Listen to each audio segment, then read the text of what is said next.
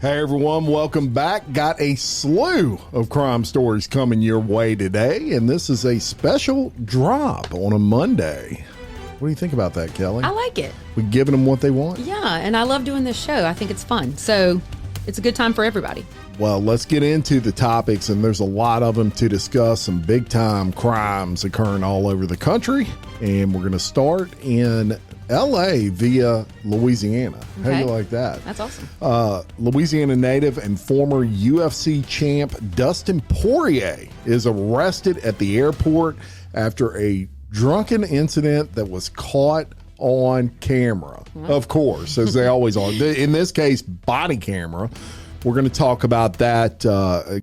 Dustin Poirier, Louisiana native, Lafayette boy, and kind of like a hero in this area. So we're going to discuss all the details. St. Tammany Parish Sheriff Randy Smith, we brought you his story. He was the sheriff that, well, beat the heck out of a podcaster in a bar after having a few too many. It sounds like a joke. A sheriff and a podcaster walk into a bar. Yeah. Well, he walked in there, beat the heck out of the guy. We brought you that whole story. He has resigned after pleading guilty in court to his charges. We're going to discuss that. In New York, a man steals his ex-boss's daughter's ashes and makes ransom demands. Yeah, you don't mess with someone's dead, I guess decedent is what you would call that. You don't mess with their ashes, no matter who it is. Yeah, that's wrong. Yeah, this guy was the ultimate payback, I guess, in his mind. The results of Makenzie Sharilla's appeal are in. We're going to talk about those. 3 Wendy's employees have been arrested after serving a customer garbage, to say the least. I mean, and look, arguably it is garbage when you eat at fast food. 100%. And we've covered a lot of these. I'm not going to fast food restaurants anymore after covering these stories. In Spain, a woman is doused in gasoline during an escape room challenge. Never heard of that in the United States, but in Spain, apparently they take that shit serious. A non-escape room. In Michigan, a woman is caught smuggling wine into jail, and we're going to leave it to your imagination to guess where until we get to that story.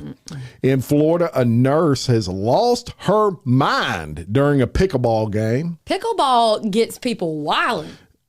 I've never played it. I've played it. Well, I have not. It's fun. It's old people tennis is what I've always been told, and I'm old people, so I should be playing it. Well, yeah, but I don't. Well, I haven't as of yet. It's because you have a hurt arm. You can't swing the paddle. A hurt shoulder. Yeah, I'm maimed these days for now. A Florida man dumps a lap dance. Actually, doesn't pay for his tab on lap dances. And who knew you could run tabs on lap dances? Apparently, this Florida man did. It leads to his arrest. We'll talk about that. A Colorado mom is charged with murder after 173 empty liquor bottles are found in her daughter's room. Some of these horrible cases, I know it's almost hard to take in that can be real. Yeah, that's like a whole aisle of liquor. Yes.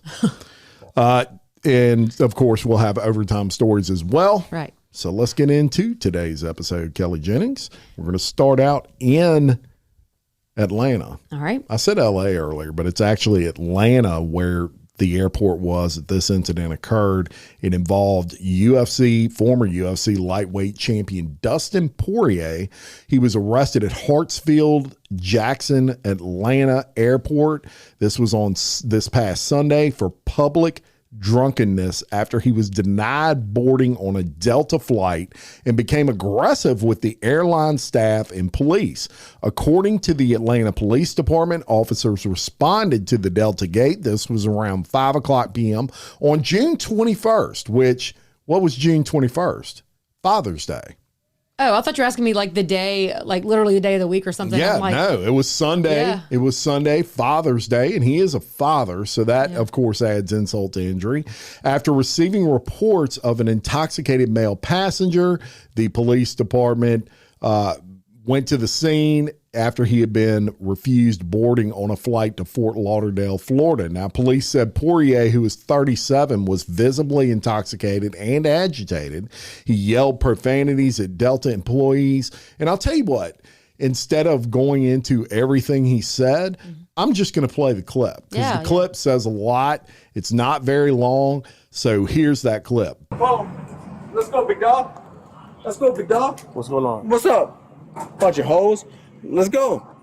Let's go. Relax. No, they lying. Yeah, pull me off the plane. All my boys went to the crib. Now what the And this is why he got all right. off the plane. You Dustin Poirier? Man, you, bro. All right, just relax. Man, you and her and her. I'll fight you right now. No, I don't want to fight, bro. I'll go with you right now. Bro, I don't want to fight, bro. I don't want to fight. Let's go. I don't want to fight. Let's go.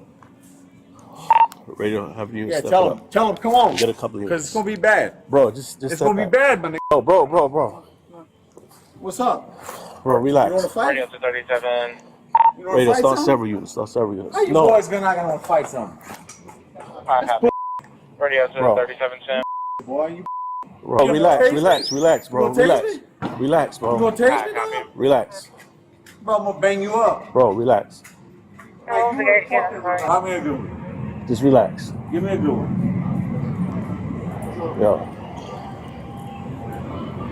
They kicked him off the Bunch of flight. hoes, This bro. guy's a UFC Bunch of fighter. You know. What's going on, brother? Talk to me. Man, the beach is lying hoes, man. Let's go. Arrest me. Let's go. Let's go. Let's go. Arrest me. That's the best way, dog. That's the best way. That's the best way. Hey, pound it. All right, man. No, you did a great job, bro. You did a great job. You did what you could. Okay, so obviously, and sadly, he was very intoxicated. He gets arrested. He was released on bond the very same day. And it's important to say he did release a statement on X, and he said the following. He said, "I'm at the point where I need some help. Walking away from fighting hasn't been easy on me, and alcohol isn't the answer. It has ruined my father's life, and I will not allow it to ruin mine. My family deserve me at 100%. I'm trying to do everything I can to get my mind right and take the right steps." Now, for those who are unaware, don't follow MMA, he retired from the UFC last year following a unanimous decision to Max Holloway in a trilogy fight. It was a huge fight. This was in 2025. He finished his career with a 30-10 record. He had notable victories over Conor McGregor twice, Justin Gaethje, and Eddie Alvarez, and he had previously held the interim UFC lightweight title in 2019. Yeah. One thing that stood out to me, though, in the interaction was whenever the cop goes, "Are you Dustin Poirier?" Yeah. And when he says yes, and then he's like, "No, bro, I don't want to fight. I don't want to fight." Like, he automatically was like, "Oh, he knew." Yeah. I'm not wanting to. He was even scared to tase him. I'm glad Justin.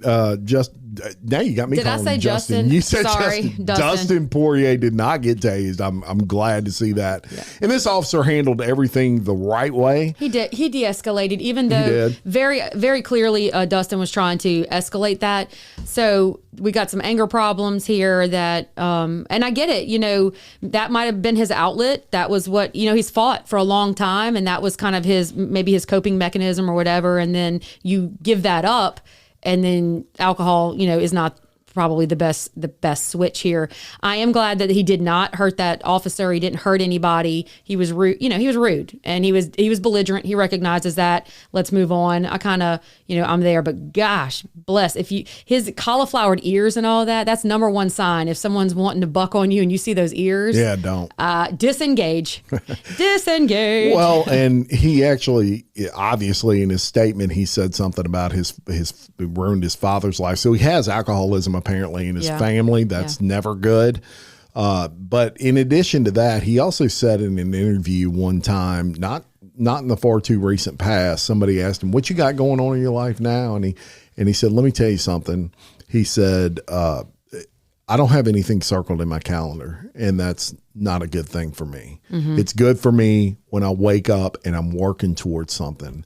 And he is really struggling with not fighting after 20 years of waking up every day training for a fight. Well, yeah, I mean, and so I really do pray for this guy, because I think he's a good guy, and I think he's very lost right now because he doesn't know who he is anymore. Maybe he's missing a huge opportunity here that, those who can't do can then teach. And so what an epic coach he could be. I mean, he knows what to do. You're a hometown hero. People around here love you. We think you're awesome. So maybe he needs to look in the mirror in a two-way thing here. Two-way is in, like, you got to pick yourself up by your bootstraps. You got to lay off the alcohol. We got to make better changes. But secondly, look in the mirror and realize who you are, man. You're Dustin Poirier. People around here think that you're just, a hero. You can do something here that people will look up to you. You could start a gym. You could be a coach. There's plenty of things that you can take your talent and turn it into. He just needs the right people in his corner, remaining in his corner, and I think getting him straight and on the right path. And I think he can really do some amazing things. Right. I do. He's not a total loss. I hope that he's got people in his ear that are saying, we've got you. Get yourself straight, and then let's turn this into a learning experience, and you can be a coach. You can help others. Right. With their struggle. So come on, man, get it together. We're hoping that you get through this and that you turn it around. All right, and we're going to stay here in Louisiana and give everybody this update on that St. Tammany Parish thing. And I know we already kind of ran it down a little bit, but basically this was the sheriff that was in the restaurant. He had been drinking, him and one of his ranking officers, and then that podcaster that had been running his mouth. He beat the shit out of him and then, kind of went downhill from there. Well, here's the update. So St. Tammany Parish Sheriff Randy Smith appeared in court in Covington this past Wednesday morning, and he did plead guilty to the charges stemming from that altercation in Madisonville. And he agreed as part of the plea deal to resign after more than 40 years in law enforcement. Now, Smith, who has been the sheriff since 2016, pled guilty to one count of second-degree battery, which was is a felony, and one count of disturbing the peace by appearing in an intoxicated condition. According to the arrest warrant, Smith had 18 drinks on his bar tab at Keith Young's restaurant before the incident in which he allegedly punched a man from behind while the victim was celebrating his birthday. Speaking softly in court, Smith accepted responsibility, saying, quote, "I must now face the consequences of my own mistake. It's something that's tough. I don't take it lightly." He apologized to the citizens of St. Tammany Parish, the staff, and the sheriff's office, and his family, while noting that he was standing up for family at the time of the incident. "I made a mistake, and now I'm facing those consequences," he added. Now, under the plea agreement accepted by the DA's office, Smith was sentenced to 2 years at hard labor, but it was suspended, and he was placed on 2 years of supervised probation with a second or special condition that he successfully complete a specialty court program expected to last 15 to 18 months. And upon successful completion of the program and full compliance with his probation conditions, his second-degree battery conviction can be reduced to a simple battery. The case was investigated by the AG's office, and the St. Tammany Parish Sheriff's Office requested that outside agency handle the matter. We both know that was the right thing to do. You shouldn't investigate yourself.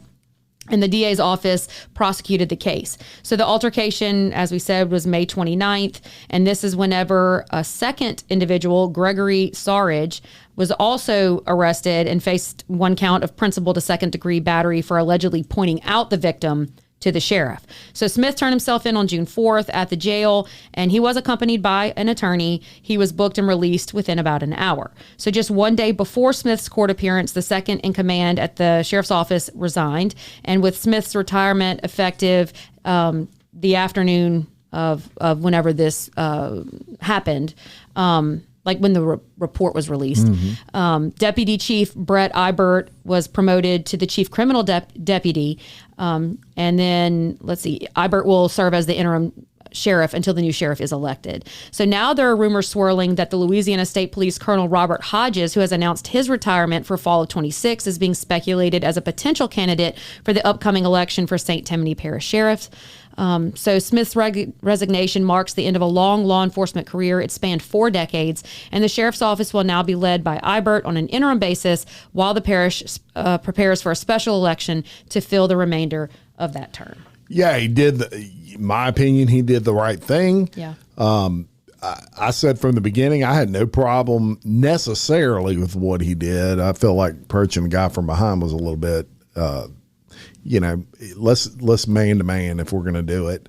Yeah. But that being said, if you're talking about my kids and my wife and things like that, I'm going to probably buck up to you too. But that's not a very manly thing to do in and of itself, to talk about a woman like that, go after a woman. Yeah, and you can't be sheriff and do that. And so he apparently made that decision that, hey, I don't need to be sheriff anymore, but I'm going to handle my business. And that's what he did. And he's paying his price for that. And he's standing up like a man and doing what he needs to do. So I got no problems with that. Yeah, it's hard to criticize that. I mean, what else can he do? He's done the right thing. He got his licks in on the dude that wouldn't leave his wife alone. Probably felt good. Yeah, and then he's like, you know what? I've been doing this 40 years. I'll retire and I'll go drink my drinks at the restaurant and celebrate. 100%. You know? So yeah. All right, let's go to our next one, and we got a segment for you, and it's an oldie but goodie, and it's called "They Stole What?" What? You're supposed to say, "What did they steal?" Oh shit! I messed that What up did they every steal, time. Jim? Oh wait, do it again. They stole what? What did they steal? Well, Kelly, they stole ashes. Ashes. That's right. A New York man is facing multiple felony charges after allegedly breaking into his former boss's Pennsylvania home, stealing the urn containing her deceased daughter's ashes, and then demanding thousands of dollars in ransom for the return. Nuo Chin, who is 30 of Flushing, New York, was arrested after a bizarre extortion scheme that police say began with a workplace dispute and ended up with him being caught red-handed with the stolen remains. Chin had recently been fired from a nail salon in Salem, Pennsylvania, owned by the victim. He had previously stayed at the woman's home in Willow Grove twice in the past 2 months and had access to her vehicle. Chin went to the salon demanding money he claimed the owner owed him. When she refused, he allegedly became aggressive. He threatened to smash things and push the woman, causing an injury. Salem police responded and ordered him to leave. Shortly afterward, he allegedly went to the victim's Willow Grove residence. Surveillance video captured him entering the home and leaving shortly after, carrying a dark colored box containing the urn with her daughter's ashes. And you can't get lower than that. Chin then contacted the woman and demanded between $7,000 and $8,000 for the return of the ashes. He demanded between $7,000 and $8,000. I know. Is so that he what gave her an owed? option, I guess. I guess he was negotiating. Yeah. You know, meet me in the middle, $7,500. What a weird way to do that. Yeah. He threatened to dump the remains or flee to New York with them if she involved police. They agreed to meet at the nail salon, and when he arrived, police were already there. An alarm was triggered. Officers saw him leaving with the urn inside a red shopping bag. He was taken into custody and reportedly confessed to stealing the urn, and he is now charged with multiple charges, including burglary. He's currently in custody in Pennsylvania, and police say his actions appear to have been motivated by the belief that the woman owed him money following his termination. So you really can't get lower than that. Like dead ass cannot get lower than that. To me, there should be, I know you said there was multiple charges. To me, there should be some type of charge and like abuse of human remains or something along those lines, because this was absolutely done out of malice. And, you know, you don't bargain with people's bodies like that. Matter of fact, yesterday I was at the post office and I was waiting on them to find a package they had lost. And I looked on the counter and right there was a box, and it was, you know, just sitting there, and it had cremated human remains stickers all over it. Yeah. And I just stared at it because I thought, I've seen those. Yeah. Because I just thought, wow, like that's somebody's loved one just sitting on the counter at the post office, and it should be treated with respect. And that's why it was where it was at the post office. You know, they didn't just go like toss it back in the back with the other packages to be delivered. It was specially set aside because we recognize that there's so much value and so much, you know, it's a person. Right. That's their body. I don't care that it's cremated. And so for him to go in and he cut this woman where it hurts the most. He did that on purpose. He could have taken other things worth of value and pawned them, but he took her child. Yeah. And I hope that he is fully prosecuted with this one, because there's some lines you don't cross, and that is one of them. I would agree. I hope he does every bit of that time. Yeah. I'm glad they were able to recover her too. So that's a good thing. All right, so let's go to Ohio, Columbus, Ohio, and I know that you were big into this case.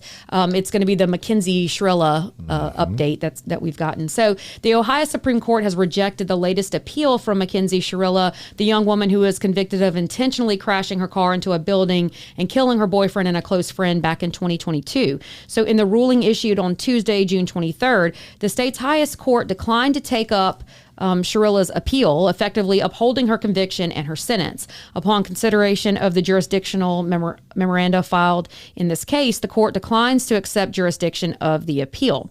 So Sharilla, who's now 21, is serving 15 years to life in prison after being convicted of 2 counts of aggravated vehicular homicide and 4 counts of felonious assault. The judge who sentenced her described her as, quote, literal hell on wheels, end quote. In July of 2022, Sharilla, who was 17 at the time, drove her sedan at high speed into a building in Strongsville, Ohio. The crash killed her 20-year-old boyfriend, Dominic Russo, and their 19-year-old friend, Davion Flanagan. Sharilla was the only survivor, and prosecutors argued that the crash was intentional. Sharilla was convicted following a non-jury trial. In her most recent appeal, Sharilla's lawyers argued that she suffers from a pre-existing medical condition that may have caused her to black out before the crash. They claimed her previous defense team failed to properly investigate the condition or present expert testimony about it. But the Ohio Supreme Court's decision marks another legal defeat for Sharilla. Her earlier request for a new trial was also denied, and that petition was filed 1 day past the legal deadline, and both the trial judge and the 8th District Court of Appeals ruled it invalid. Sharilla's case gained national attention and is also the subject of the Netflix documentary titled The Crash, if you want to go check that out. And she's currently housed at the Ohio Reformatory for Women, where she has reportedly taken a job serving food in the prison. She will be eligible for parole in October of 2037, and the court's ruling brings an end to Sharilla's most recent attempt to overturn her conviction. That's good. I've always been of the belief that once you appeal to the Supreme Court and they deny that appeal, you've exhausted your appeals.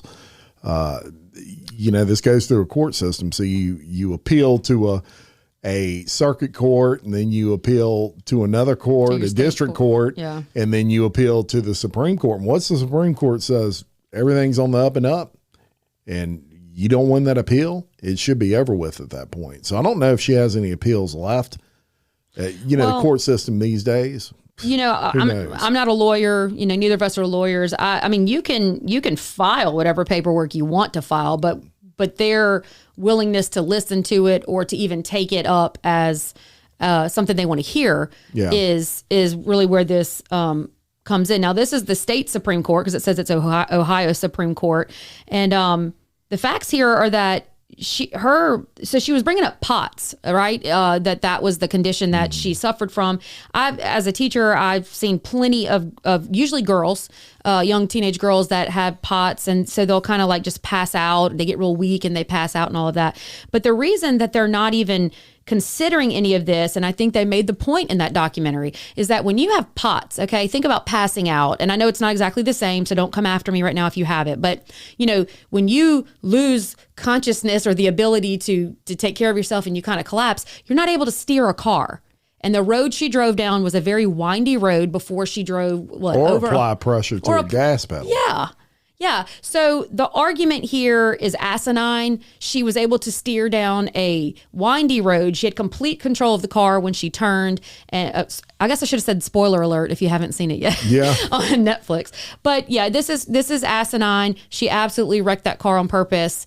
I think it was proven beyond a reasonable doubt, and she's right where she needs to be. Yep. Give it up, Makenzie. Yeah, sorry. You're going to be in jail. Yeah.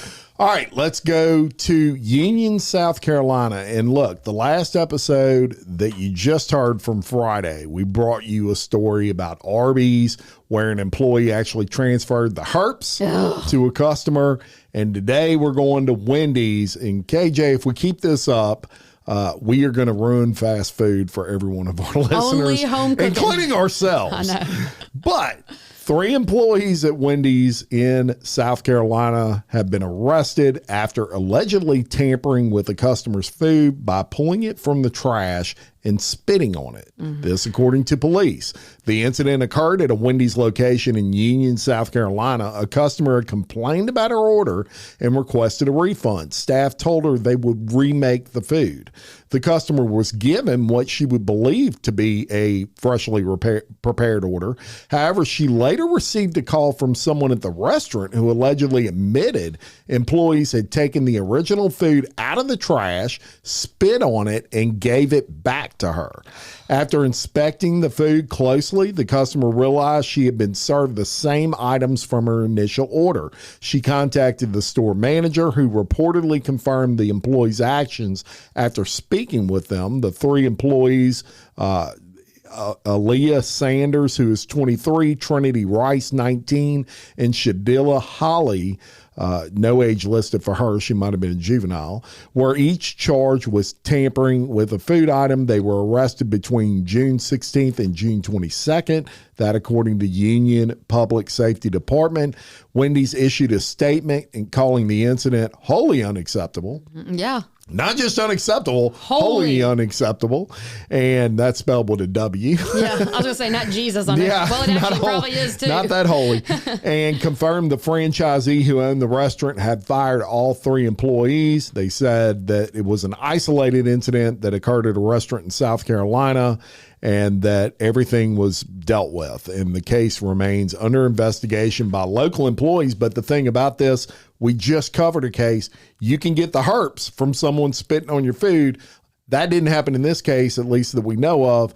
But bruh, I know. What do you do? Just be nice. I know. Well, the They first, won't do that, the I guess. first thing. Well, we don't even know if that customer wasn't nice. But I got a few things here I picked up on. Number one, I'm going to say this: the arguing for higher pay in these restaurants. This is just another, I guess, reason why people are like, people aren't going to be paid a ton of money to work here because we get stupid shit like this. Not everybody does this. I'm not saying that, but like this kind of ridiculousness that goes on when you're dealing with someone's food, it's just not cool. But something I picked up on here is the fact that they said an employee called her.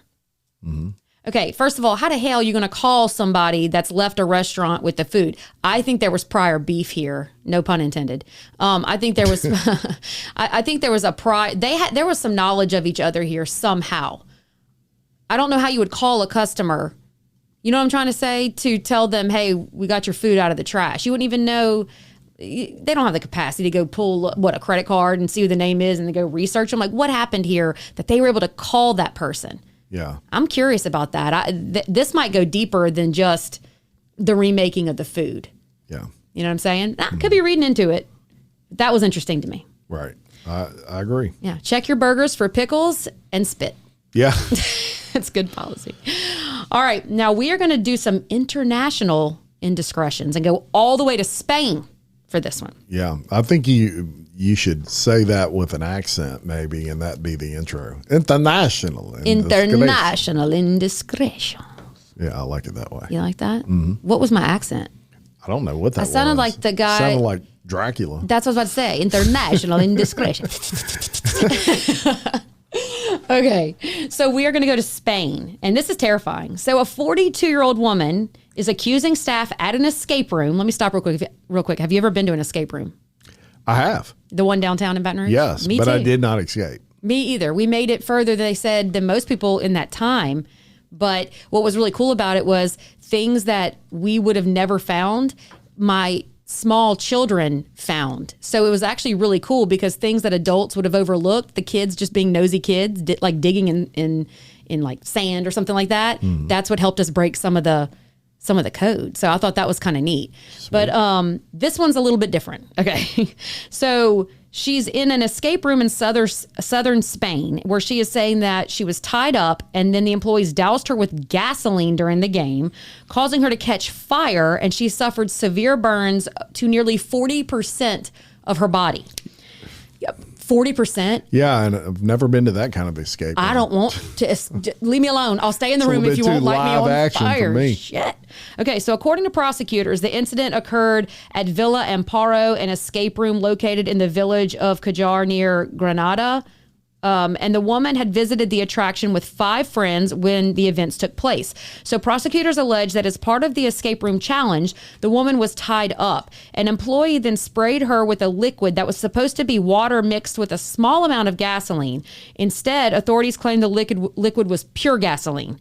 When another staff member allegedly held a lighter to her body, the gasoline ignited, setting the woman on fire.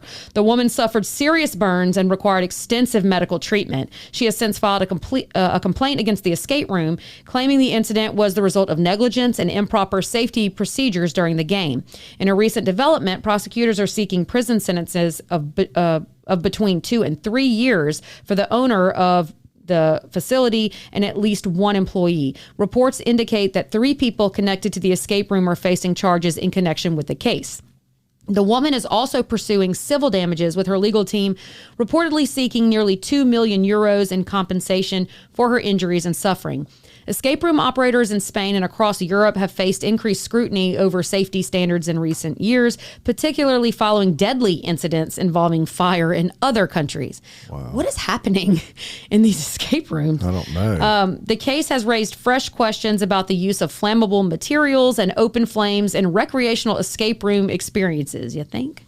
Authorities have not yet released the names of the individuals facing charges. The case is expected to proceed to trial in the coming months. The woman has described the experience as traumatic, stating that what was supposed to be fun with her friends turned into a nightmare when she was set on fire inside of the escape room.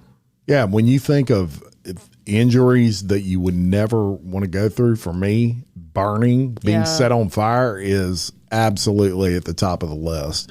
That's got to be horrible. It certainly is. And what's going on in the escape rooms in these other countries, I have no idea, but I ain't never heard of that in the United States. They make them very realistic, apparently, there. I mean, even if they would have watered down, you said something about they thought that it was watered down gasoline. It's still freaking gasoline, man. I know. That's wild. But, and so let's think this through. You know, think about like surgery or something. And obviously I've never done a surgery on someone, but you know, there's checks and balances there to make sure you don't leave tools behind in people. And there's checks and balances whenever you're doing medications and things like that because of the nature. You want multiple eyes to be put on things. You're mixing gas and water. You don't think that there should be multiple checks between that to make sure that it's been, weighed or whatever properly. I mean, what the hell? I did surgery on a frog one time. Did you? In middle school. Oh my God, that was not surgery. You know how you do it was sort That's of. dissection. I had a scalpel and I cut it open. That is dissection. Yeah. Did you ever do that? Yes. Really? And my teacher stood up. She was a biology teacher. Did you expect the frog to be that big? No, and I hated the smell. And they had the veins were different colors. Yes. Yeah. Yeah. But our teacher, it was the biology teacher, and she would stand up there because we were talking about genetics before this, and she'd say, guys, today we're going to drop our genes and multiply. Genes, Genes. And I'm like, that's actually pretty good. Yeah, yeah. But I never forgot it. So. Yeah. Well, I hope she recovers. That's she ain't going to recover. She's burned. And damn, like, you know what I'm saying? Talk about being afraid to do anything after that. We need to lighten it up. So we're going to lighten it up, and we're going to go to Lustful Lawbreakers.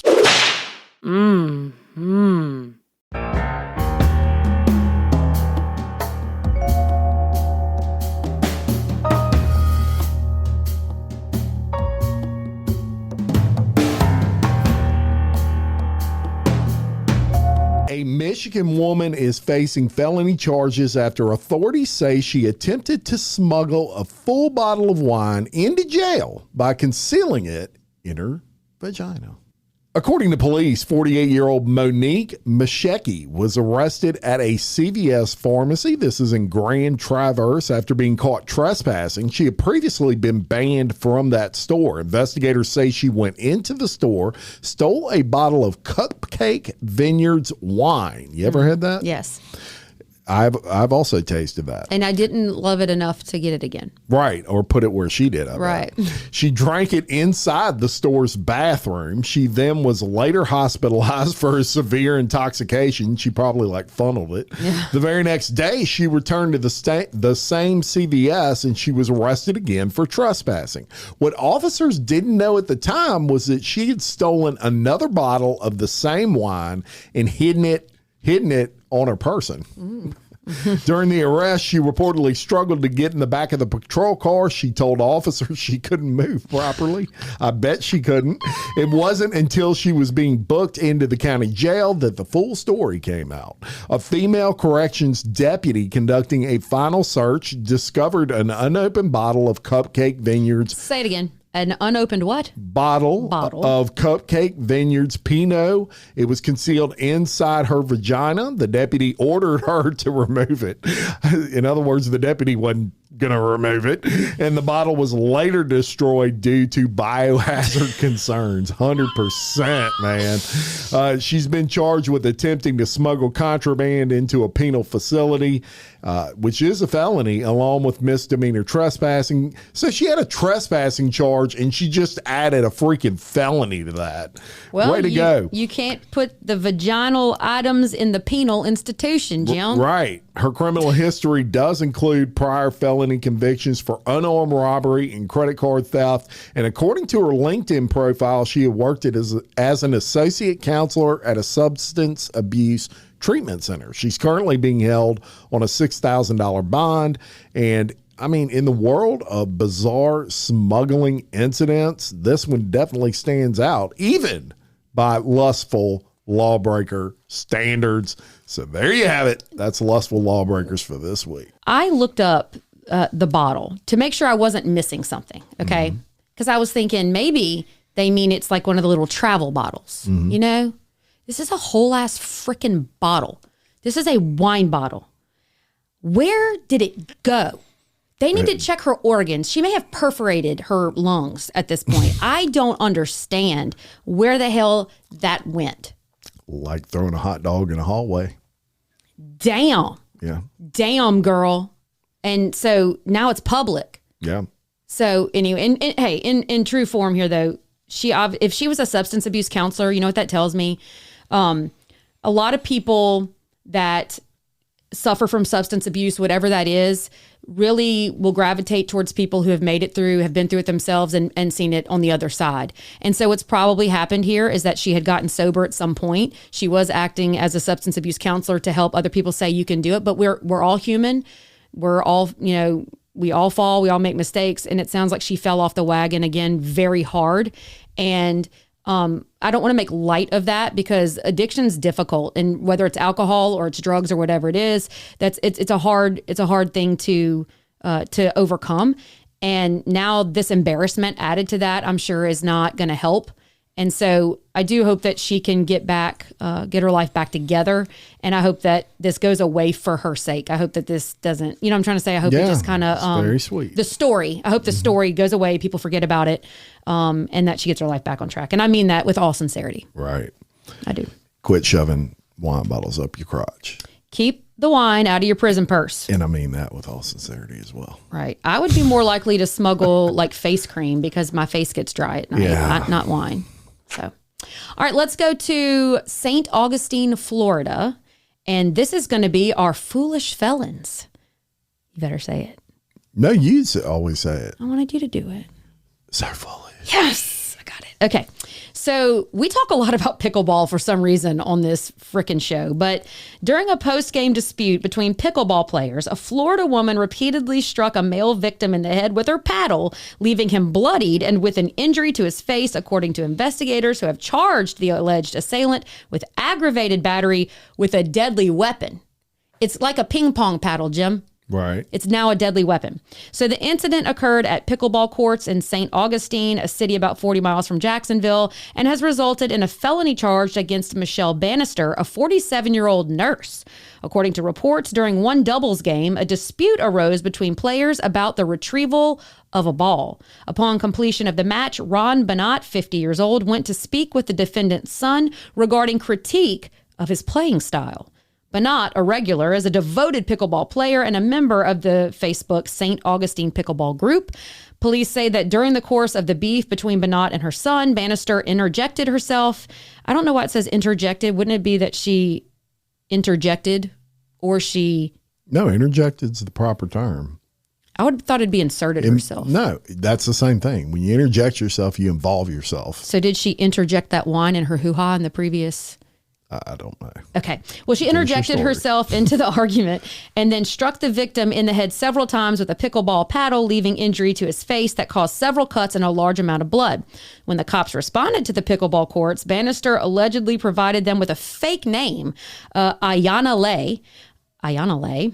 Bannister is a licensed nurse practitioner who lives 2 miles from the pickleball court, and when questioned by police, Bannister claimed she was defending her son. However, officers reported there did not appear to be, based on victim and witness statements, to be an imminent threat to life, limb, or a propensity of violence about to occur.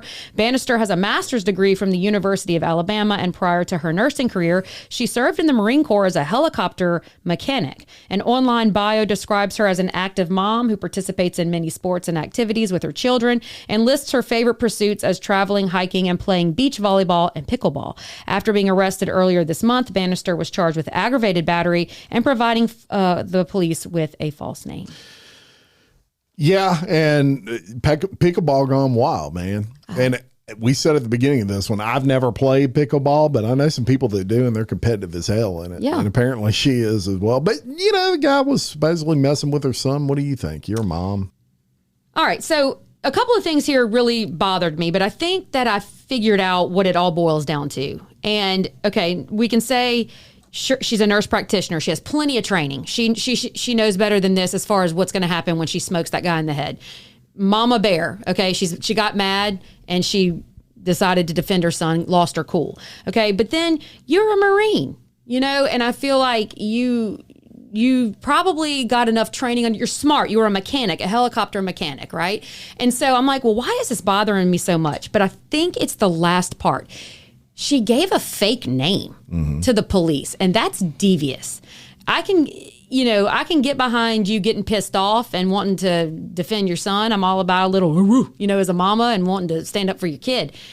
But then you're lying to the cops. Like, there's something about that I just don't like. I just don't like the fake name she chose.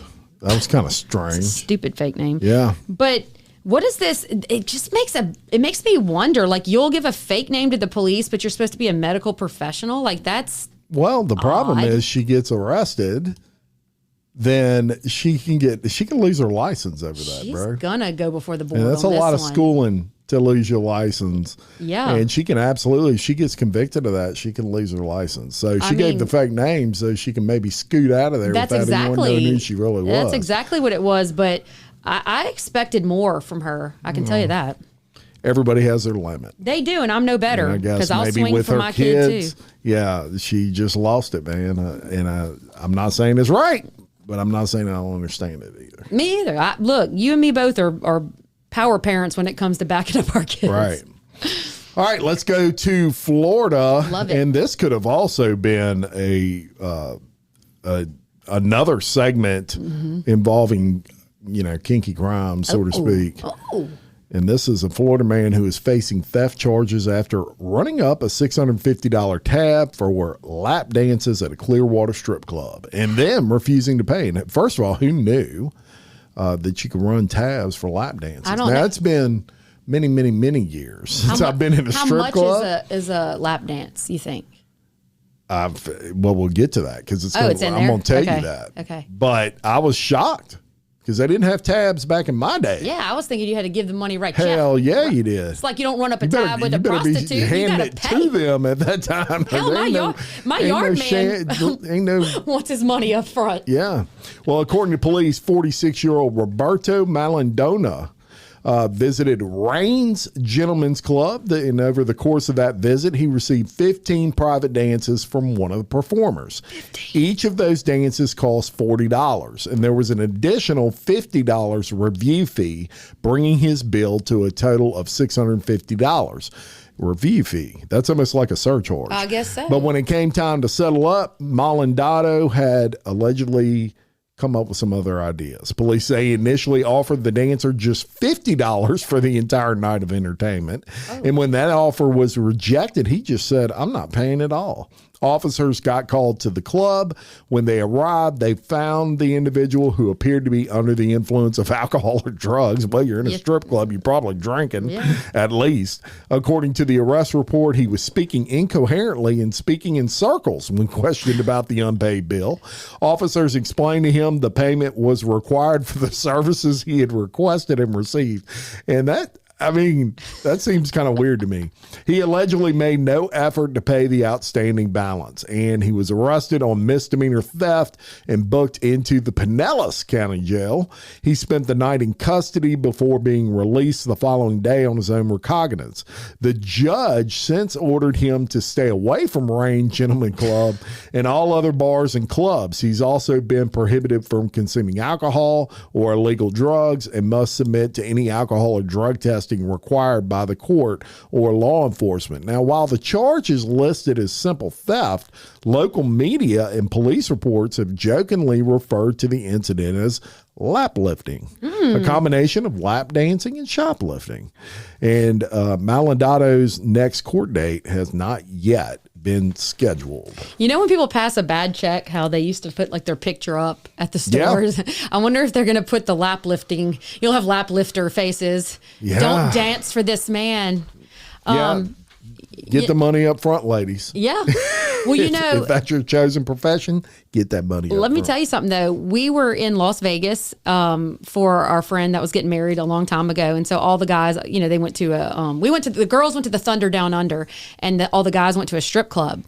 Oh my God. And I got pulled up on stage and got danced on. It was wild. But anyway, it's a whole nother story. But next thing you know, our phones all start blowing up, the girls, and it's all the guys saying, hey, we might need y'all. We might need y'all. So we're like, what is going on? So we jump in the car and we go, skirting down there. All of them come out rip-roaring mad because they ran a freaking scam on them, tried to say they owed like $6,000 before they could leave the club.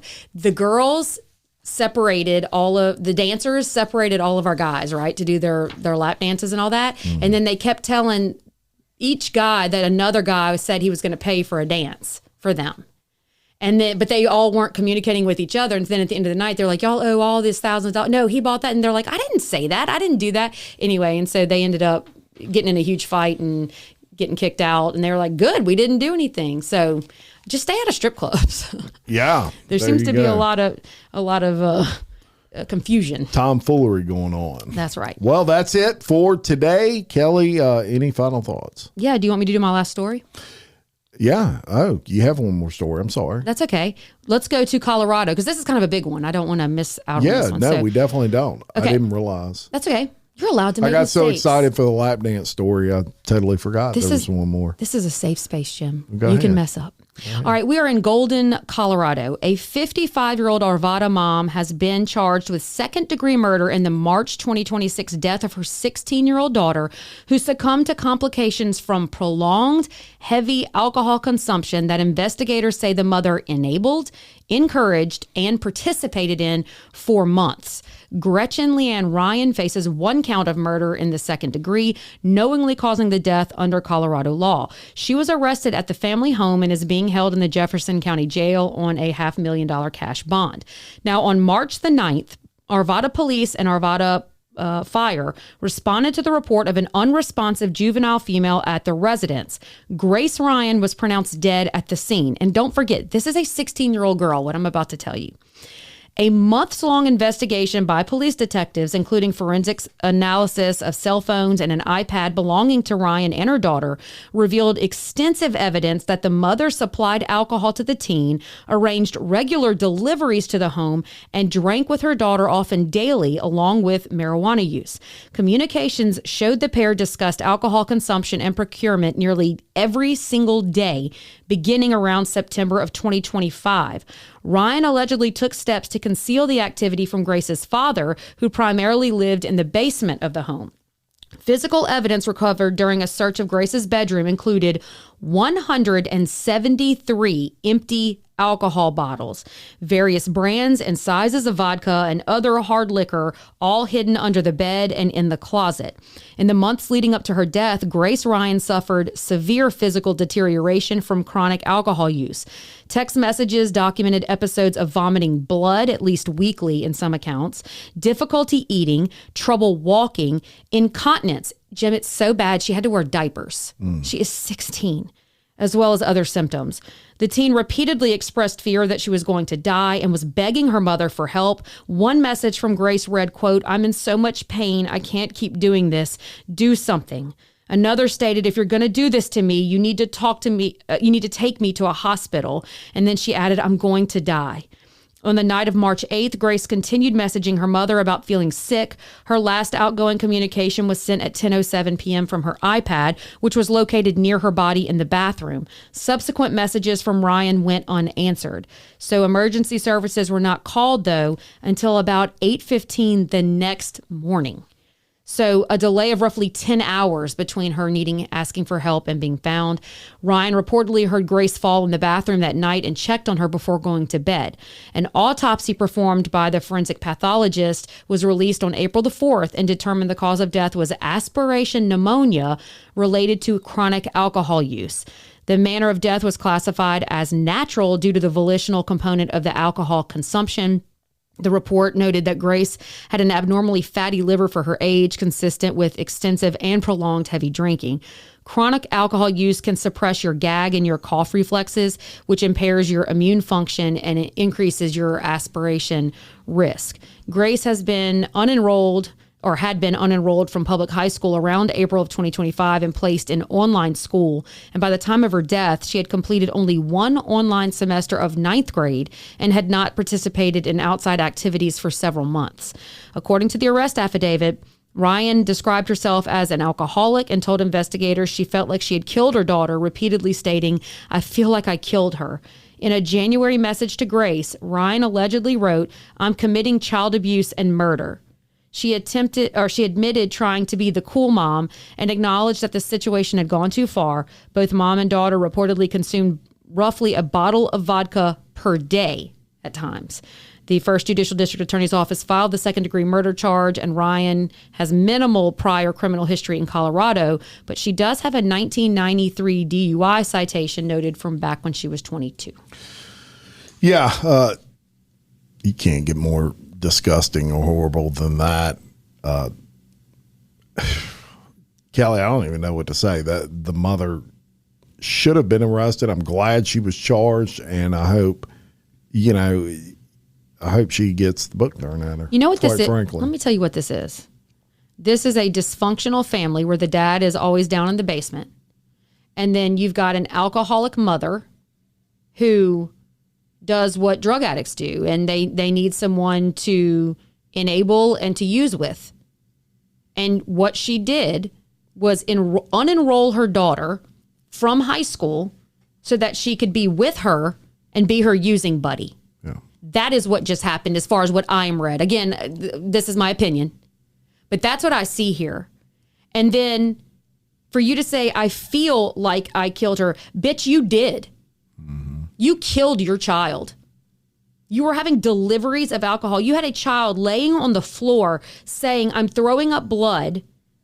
I can't do this. She's wearing diapers. And you were so wrapped up in your own whatever that you failed to get her help for a year.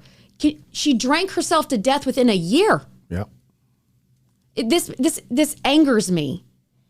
And this also shows that there is a lapse going on in Colorado, because to unenroll the child, but then the child make no progression in school should tell you at some point, there needs to be someone checking in or right, some sort of oversight. This kid was failed by her father, she was failed by her mother, and then she was failed by lack of anybody, I guess, checking in on this kid. How isolated must she have felt? Yeah, I don't know. What do you do? Horrible. She's a kid. Sick. Makes me mad. All right. Any final thoughts? Yeah, I do have some final thoughts. Please check out our overtime. We have some more stories for you. And remember that you can go to either one of our Patreon pages. We also have free options available. You don't have to sign up for something if you're not in position to do that. But we would love for you to go check us out. You can get the Patreon app on your phone. You can also, go to patreon.com on your computer and download it, look for our shows, and we'd love to have you there to chit chat with us and check out all of our content. Yeah, and what we're doing this week is up until July 4th, we are releasing the overtime with the regular episode, so everybody can get kind of a preview of that. Yeah. So with that, Kelly, let's go into overtime. Let's go.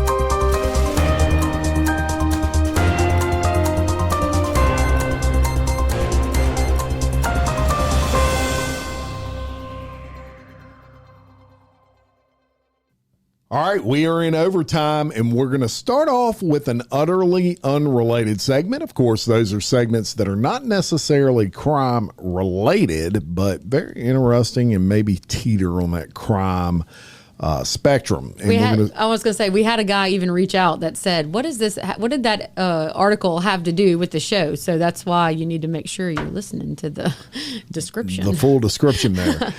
So we're going to go to Mauriceville, Texas, and I'm going to tell you about an 18-wheeler that was hauling roughly 50,000 pounds of honeybees. Hives at that. It overturned near Mauriceville in Orange County, Texas, and it released an estimated 2 million bees, forced a large-scale response from emergency crews and beekeepers, of course. The crash occurred around 9 a.m. when the driver of the tractor trailer failed to complete a turn near, and I found this very interesting, Country Colony subdivision. Oh. So the bee colony released in a colony, and the truck rolled then into a ditch, of course, spilling its cargo and unleashing a massive swarm of bees across a roadway in surrounding areas. Now, no serious injuries were reported. The truck driver was unharmed, and one local news photographer was stung one time while covering the scene. The Orange County Sheriff's Office quickly responded, and firefighters went door to door warning residents in the area to stay inside. Local beekeepers from Queen Bee Supply LLC and More Honey Farm. That's a pretty good one. Along with other commercial and backyard beekeepers arrived to help contain the swarm. Crews worked to transfer the remaining hives onto other trucks for relocating to the honey farm. Christy Ray of Queen Bee Supply, she shared photos from the scene showing beekeepers in full protective gear loading the hives amid the chaos. And in a statement, she said that it's not something you want to see, but it's so nice to see beekeepers helping beekeepers. Grateful everyone came out and helped.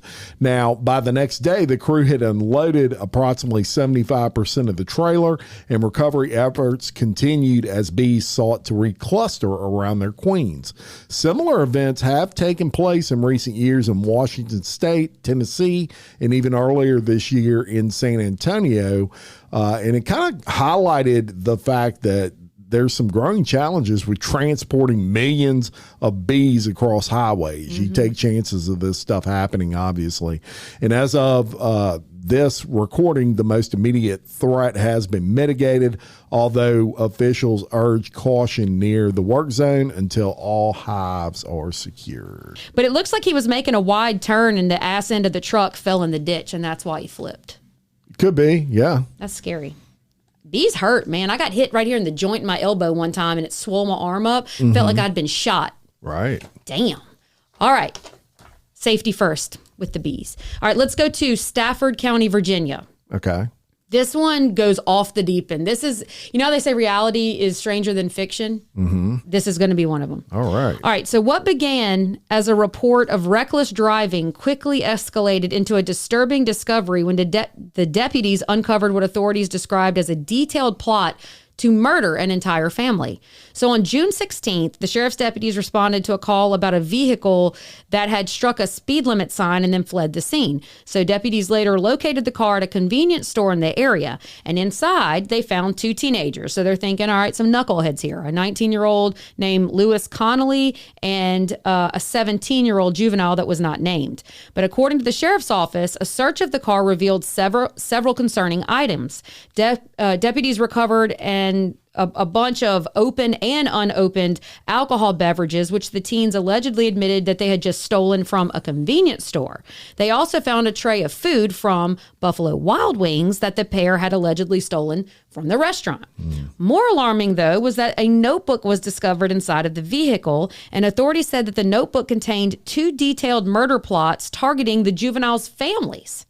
So the plans reportedly outlined different methods of carrying out the killings, and there was debates in there of whether they were going to use guns or knives, as well as the steps the teens allegedly intended to take afterwards. So deputies found multiple knives in the car, and they also found what they just described as possession of drugs. They didn't specify what kind. Both teens were taken into custody. Lewis Connolly and the juvenile have each been charged with 2 counts of conspiracy to commit murder. The 17-year-old faces an additional charge of felony threats in writing. The sheriff's official said the investigation revealed that the teens had developed multiple scenarios for carrying out the alleged attacks on the juvenile's family members. The discovery of the notebook came after what just had started as this routine reckless driving response. So the case has drawn huge attention due to the bizarre combination of circumstances. The teens are caught with stolen food, and then they're in possession of a notebook laying out a family massacre plan. Both suspects remain in custody as this investigation continues, and authorities have not released additional details about the teens' relationship or what may have motivated this alleged plot. Yeah, shout out to the police for actually digging a little bit deeper. I mean, it could have just been a standard stop, and they really didn't even dig deep enough to discover anything like that notebook.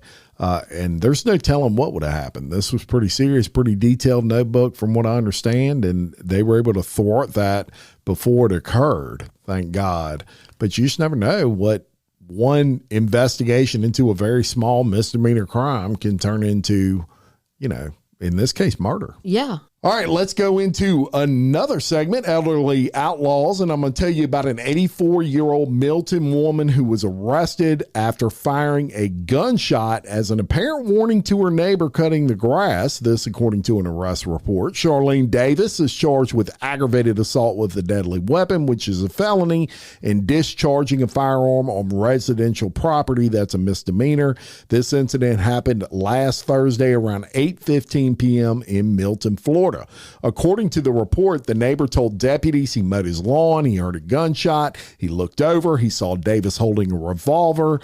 And the report states that Davis did admit to firing a Smith & Wesson 38 Special into the ground. Quote, Davis stated she wanted to scare the neighbor due to the ongoing noise issue with them, and she was trying to sleep. So this dude was cutting the grass, y'all. The incident was captured on Ring doorbell cameras with video showing Davis exiting that home and firing a shot. And the report states the neighbor is heard asking, "What are you doing?" Davis then replies, "I'm trying to tell you, you're waking us up," before adding, "You better watch out," and firing the shot. Davis was released from Santa Rosa County Jail last Friday on a $5,500 bond, but it goes to show you don't mow your grass at 8:15 if you live around this elderly outlaw. So she's ridiculous. And, you know, 8:15, there are time restraints, actually, believe it or not. So, like, you shouldn't be cutting your grass at 4 a.m. I mean, you got to admit, this is funny. It's funny. Come on. But, like, it's hilarious. Why are you firing a damn gun? Send a text, knock on the door, Let yell him at know, somebody. man. Do some good old-fashioned yelling. She letting him know. She let him know. She letting him know and then what's they up. released her. 82 years old, man. We're trying to sleep 85 over years here. old. Yeah. Wow. Wait, 84. She's old. And she's letting him know. I'm going to bed at 8:15. Is the sun even down? I don't know. He's cutting grass in the dark? Who knows? I'm sure it's still, I mean, Yeah. it's like here. Yeah. It's still up at 8:15. Wow. All right. So we're going to go to Myrtle Beach, South Carolina, where a detective allegedly drew his weapon and pointed it at an odor-producing officer, according to an arrest warrant. But, Jim, it wasn't the officer that smelled bad. It was the officer's lunch that had him out of control. Investigators say that Michael DiBiase, 46 years old, was at police headquarters in Myrtle Beach this past Saturday when he got into a dispute with a patrolman whose name was redacted from the warrant. So DiBiase allegedly confronted the patrolman about warming up fish in the microwave, causing an unpleasant odor in the office. During the confrontation, Detective DiBiase drew and pointed his department-issued handgun at the other officer. Holy shit. Like, if you're a cop right now, you're like, what in the hell? Like, how did you even get on the force? All right, so he was arrested yesterday for pointing and presenting a firearm at a person, which is a felony. He was booked into the Horry County Jail, from which he was later released on $5,000 bond. Court records, unfortunately, do not indicate what type of fish was being microwaved, which in and of itself could be considered criminal behavior. Right. He was placed on administrative leave following the incident. The subsequent internal investigation identified several policy violations that resulted in his termination, according to the police department statement. Yeah, and you just couldn't help but laugh at Horry County Jail. Horry. Man, you are A child. a child. An absolute brother. child. You know, like, holy crap. You pointed a gun at somebody because they microwaved fish. Yeah. Tell me about your bad decision making. I would Look, hate to man, run a you stop don't sign. microwave fish. That's it. I love fish. Microwaved? Well, I mean, if I'm reheating it, Yeah, it ain't the same. It because tastes like rubber. Because I'm financially conscious and I bring leftovers because I'm a poor You cop. smell up the whole break room, you're going to get the Smith & Wesson to the Look, face. there's a difference between... That 84-year-old woman would have done it, too. There's a difference between tuna and salmon. Get mad over tuna. Anyway, I stand with DiBiase on that one. Don't microwave fish. What if he's related to Ted DiBiase, the million dollar man? I doubt it. Everybody has a price. That's what he used to say. That's And right. his price was he's willing to pay the price for pulling a gun on someone over their damn lunch. That's it. All right. That's it for Overtime today. Thank you, everyone, for listening. Check out all the things Kelly told you to check out earlier. If you're interested in hearing Overtime after the 4th of July, you can do that by subscribing to any of our Patreons that are linked below in the description of this podcast. And until next time, I'm Jim Chapman. And I'm Kelly Jennings. And we are your host of Overtime. Overtime.